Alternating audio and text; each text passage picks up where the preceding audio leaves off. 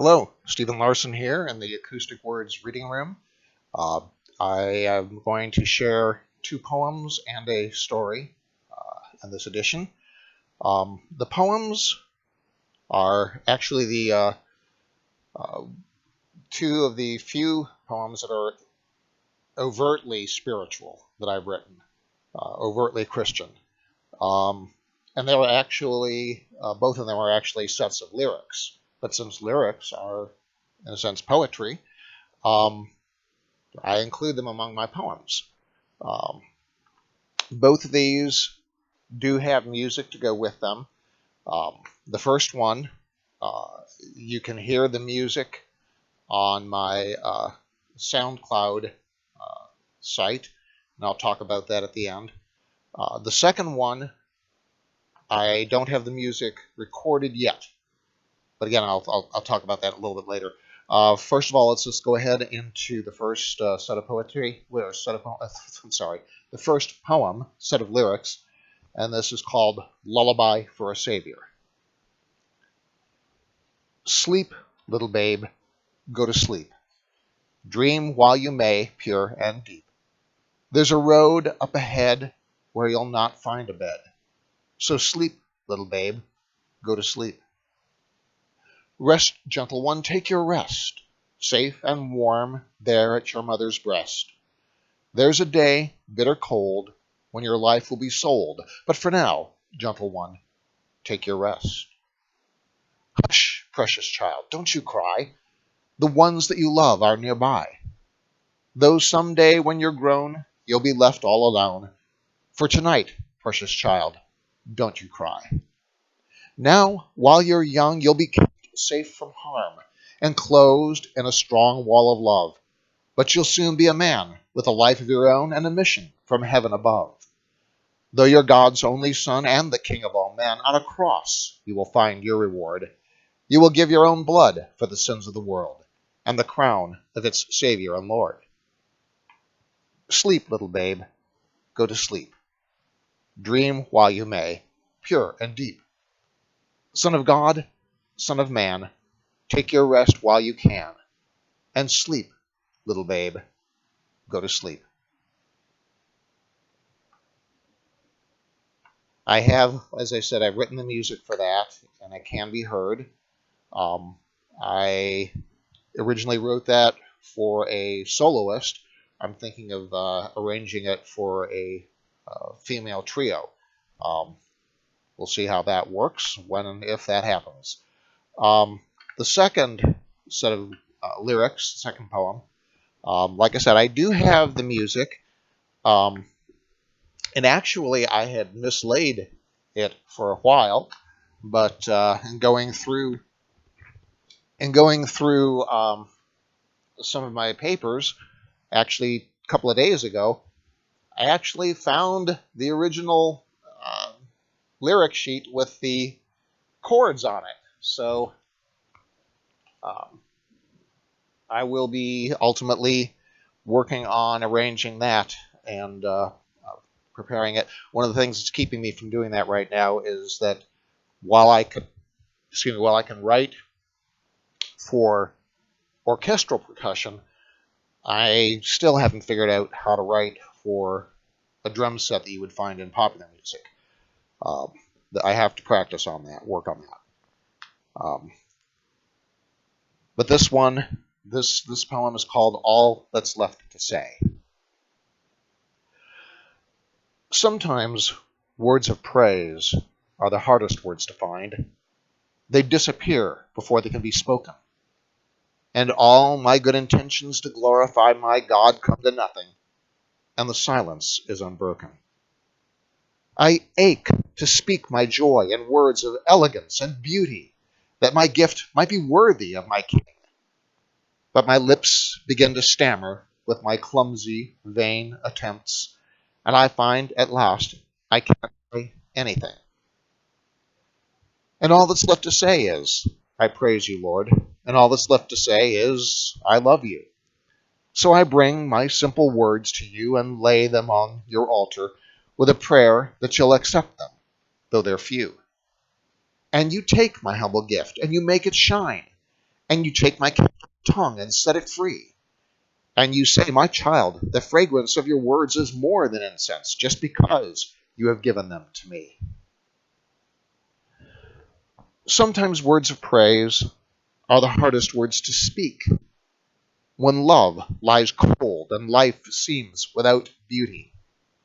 When hands are chained to earthly cares and can't be lifted up, and the joy of worship has become a duty. I want to turn away and hide the stain of sin and failure. My tongue seems made of stone, and I can't pray. My soul is full of bitterness. My heart is full of anger, but you tell me I should worship anyway. Yet all you ask of me is, I praise you, Lord, and all you ask of me is, I love you. So, even though these simple words lie heavy in my stomach, I bring them to your altar as your due. And you gather up this gift of my reluctance, and you cradle it and treat it tenderly. And you say, my child, your sacrifice means more than you imagine, just because you have given it to me. And you take my humble gift, and you make it shine. And you take my tongue and set it free. And you say, my child, the fragrance of your words is more than incense, just because you have given them to me. Sometimes words of praise are the hardest words to find. And that was all that's left to say. And now the short story. This is actually written as a series of letters, and I just had a lot of fun with this, taking a classic fairy tale and redoing it. And this is called Letters from Lupus. 1. Dear Sis, it was a madhouse for a while, but things are finally settling down. I starting fresh in a new community, and being a wolf doesn't make things any easier. But I guess I shouldn't expect anything different. After all, it was my choice to leave the pack and take up residence in town. On the bright side, Sis, you'd love the cave I found. It's deep and dry, with a beautiful sandy floor and a great view. I'm halfway up the hill in the suburbs, and when I get up in the morning, I can watch the sun rise just across the river and the mists curl away.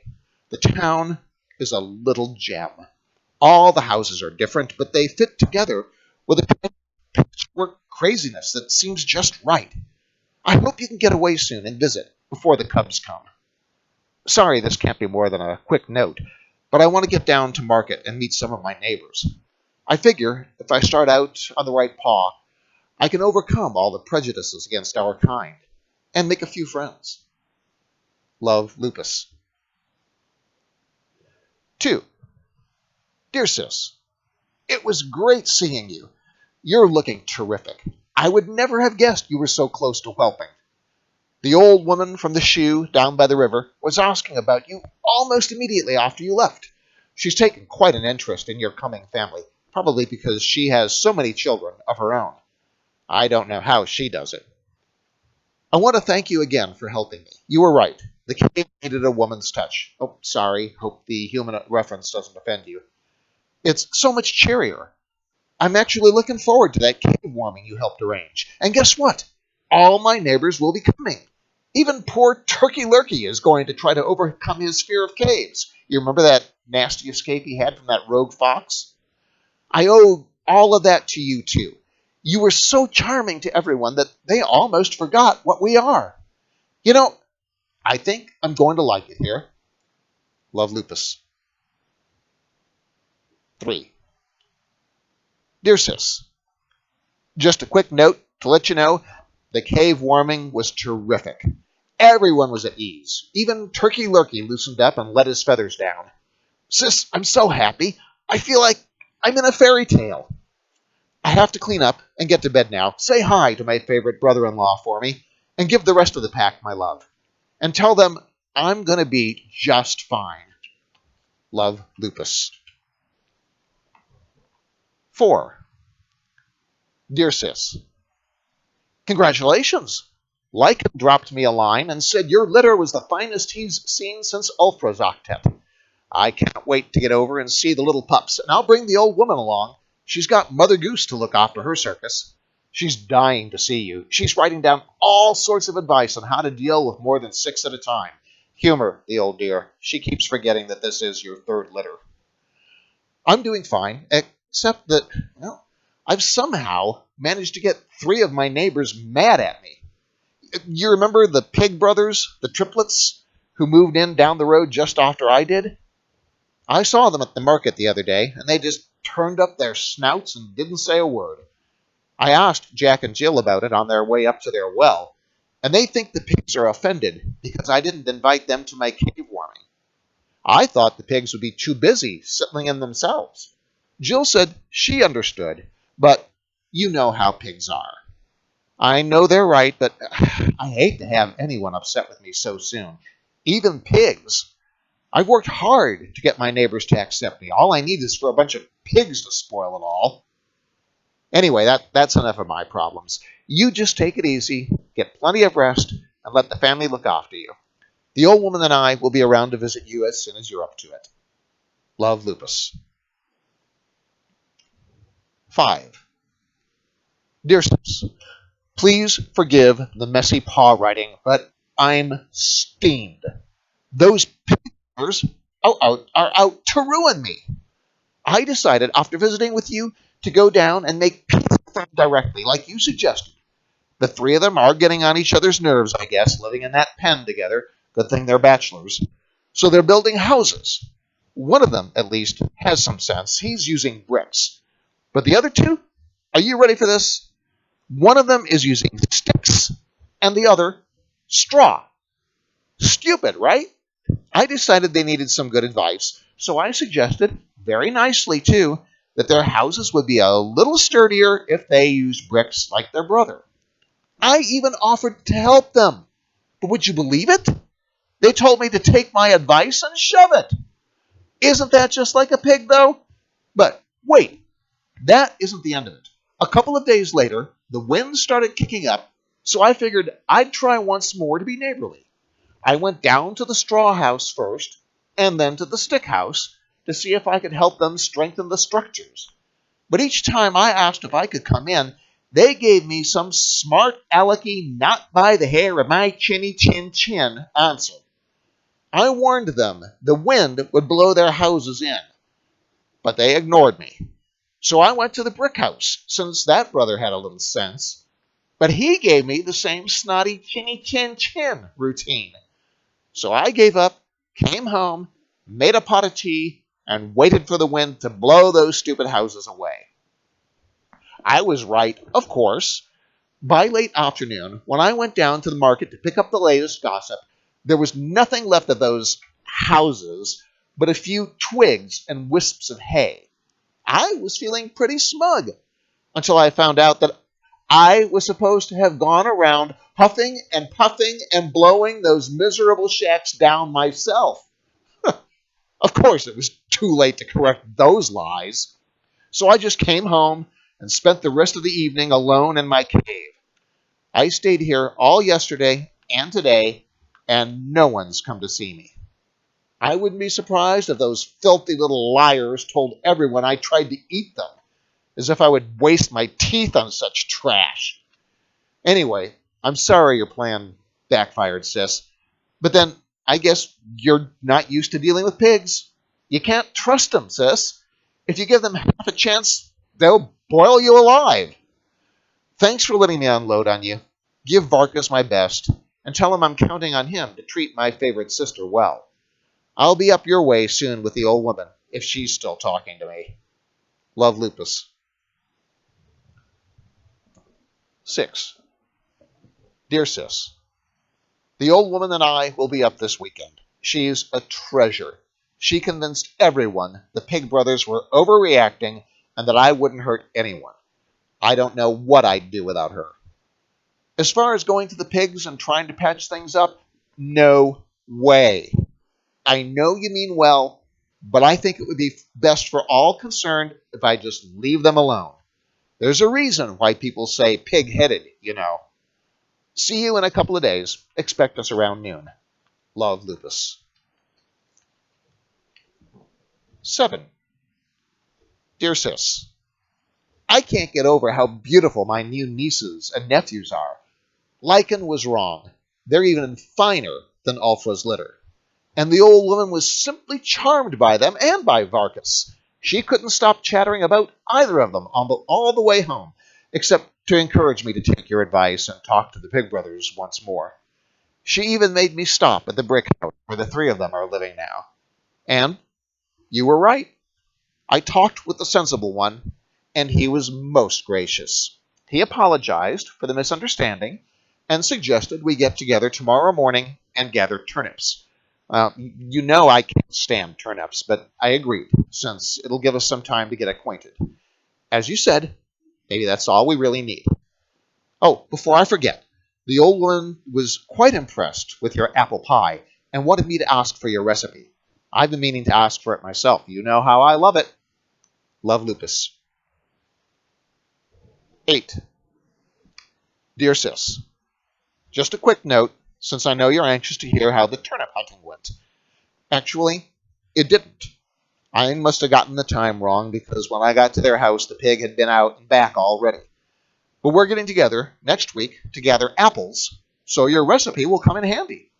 I might even bake a pie for the pigs. How's that for diplomacy? Love, Lupus. 9. Dear Sis, thanks for the recipe. The pie came out just right. The pigs, however, will have to do without. I have the distinct impression that the smart one is making fun of me. I went to the orchard to meet him, like I told you, only I was there an hour early, just in case I got the time wrong again. And guess what? He had already been there an hour. He was up one of the trees, and I might have passed right by if the wind hadn't changed direction. I do wish he'd bathe once in a while. He claimed he couldn't wait since the apples were so good, and he threw one down for me. I think he tossed it a little harder than necessary. It rolled quite a distance, and by the time I got back, he was gone. So I just gathered my own apples and came back and baked a pie for myself. By the way, the old woman was just tickled with your recipe. She'll be dropping you a line as soon as she gets a moment with all her kids. I told her about the apple incident, and she thinks I should give the pig one more chance. There's a county fair coming up next week. Maybe I'll invite him to go with me. Wish me luck. Love, Lupus. 10. My dear Lupina, first, let me tell you how delicious those pies were. My shoes smelled heavenly for days, and the children just loved them. Dear Mother Goose herself stopped by for a bite and begged me for the recipe, if you wouldn't mind. My dear, I'm afraid I have some bad news.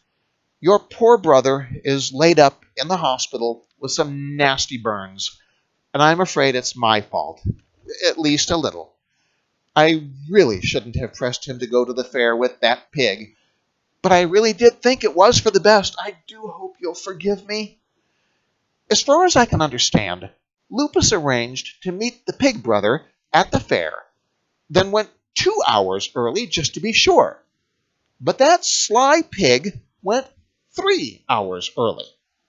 The milkmaid, all forlorn, who milked the cow with a crumpled horn, she sold the pig a butter churn.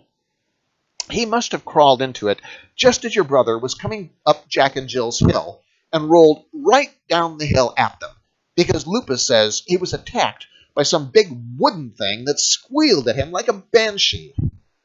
Well, my dear, to make a long story short, when poor Lupus realized what had happened, that dear, sweet boy finally lost his temper. Not that I blame him. Goodness, no. But I do wish he hadn't been so hasty. He marched right over to the pig's house, pounded on the door, and demanded to be let in. Of course, they refused. And then he did a very foolish thing. He climbed on top of the roof and slid right down the chimney, if you can believe it.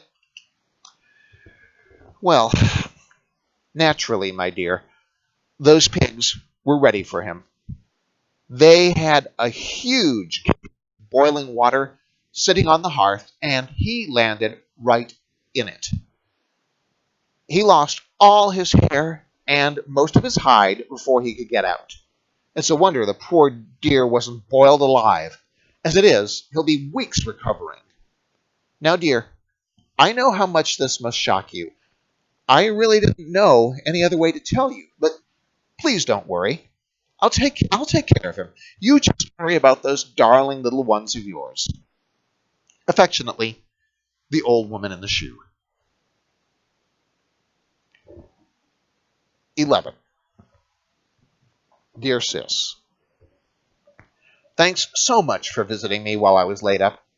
I'm sorry I didn't write for so long, especially after they released me, but a lot happened at once. Would you believe it? The day I got home, the town council came and informed me that I was a bad influence on the neighborhood and that I would have to move. Those stinking pigs have them believing that I'm going to murder them all. I just packed up and moved out as soon as I could. The old woman, bless her heart, was going to help me, but I insisted she stay away. No sense getting the community riled at her, too.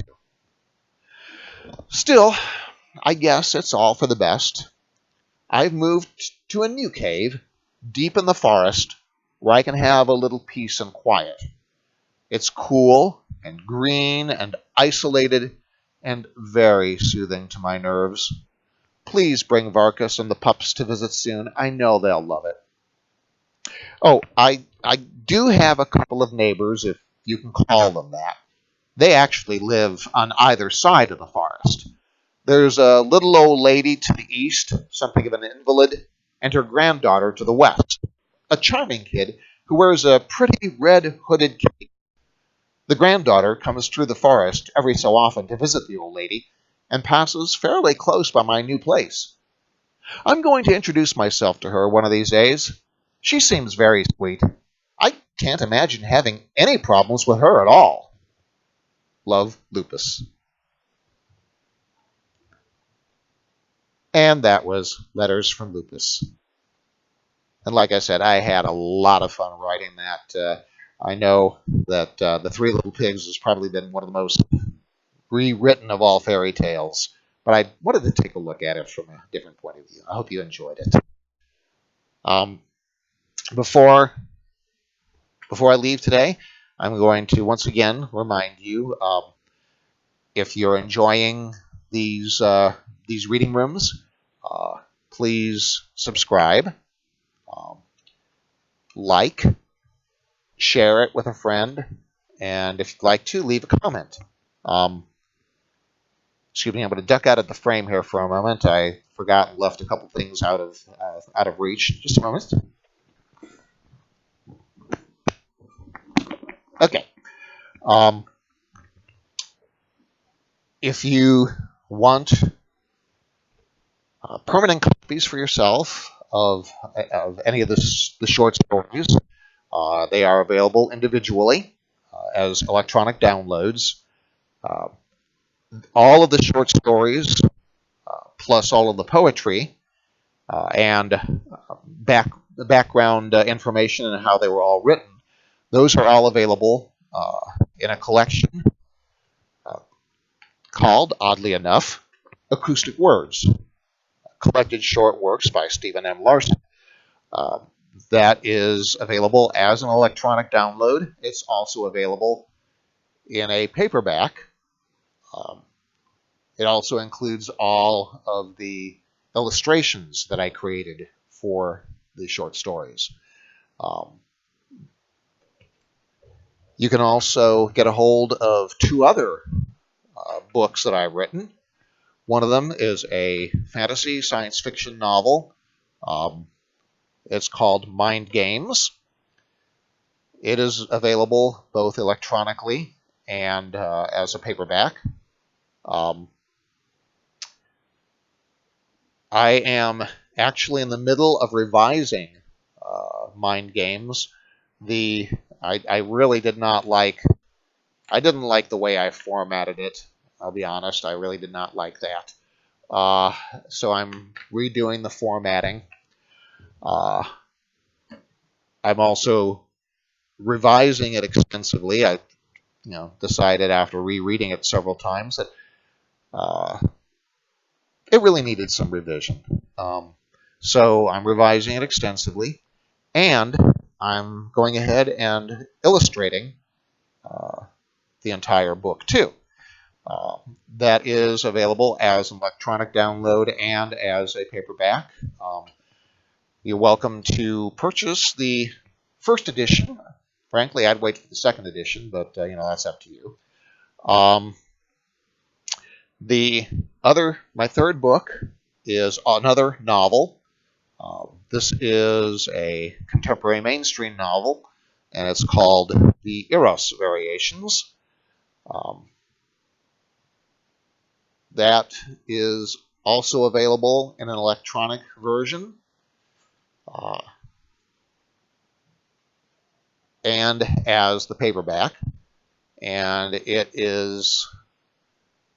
I need to really work on the formatting of this too. It ended up too close to the top, but and I've illustrated it, an illustration for every chapter. Um, I will not be changing the text in any way, so I won't really be calling it a second edition. Just changing the formatting. It includes a lot of background information on how I wrote the novel. It includes samples from the second edition of Mind Games and some other stuff that I've been working on. And it includes the soundtrack. Now, how can I include a soundtrack in a book? Um, I make a lot of references to music in the text. So I have a section at the end where I talk about the music itself and background on the composers and that kind of thing. Um, but in addition to that, even though of course you can't get this in the book, I did write an entire symphony. It's a four-movement symphony. It takes 50 minutes to listen to. Um, I wrote the symphony to accompany the novel. That can be heard also on my SoundCloud page.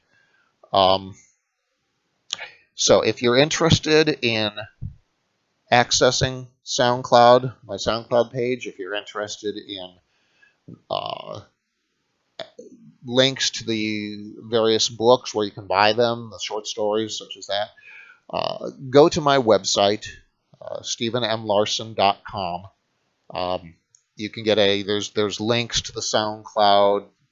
There's links to everything there on that website. There's also in the About tab here on YouTube, there are links to not only my website but also to SoundCloud and the Acoustic Words page on Facebook. So once again, thank you for joining me in the Acoustic Words reading room, and come back and see me soon.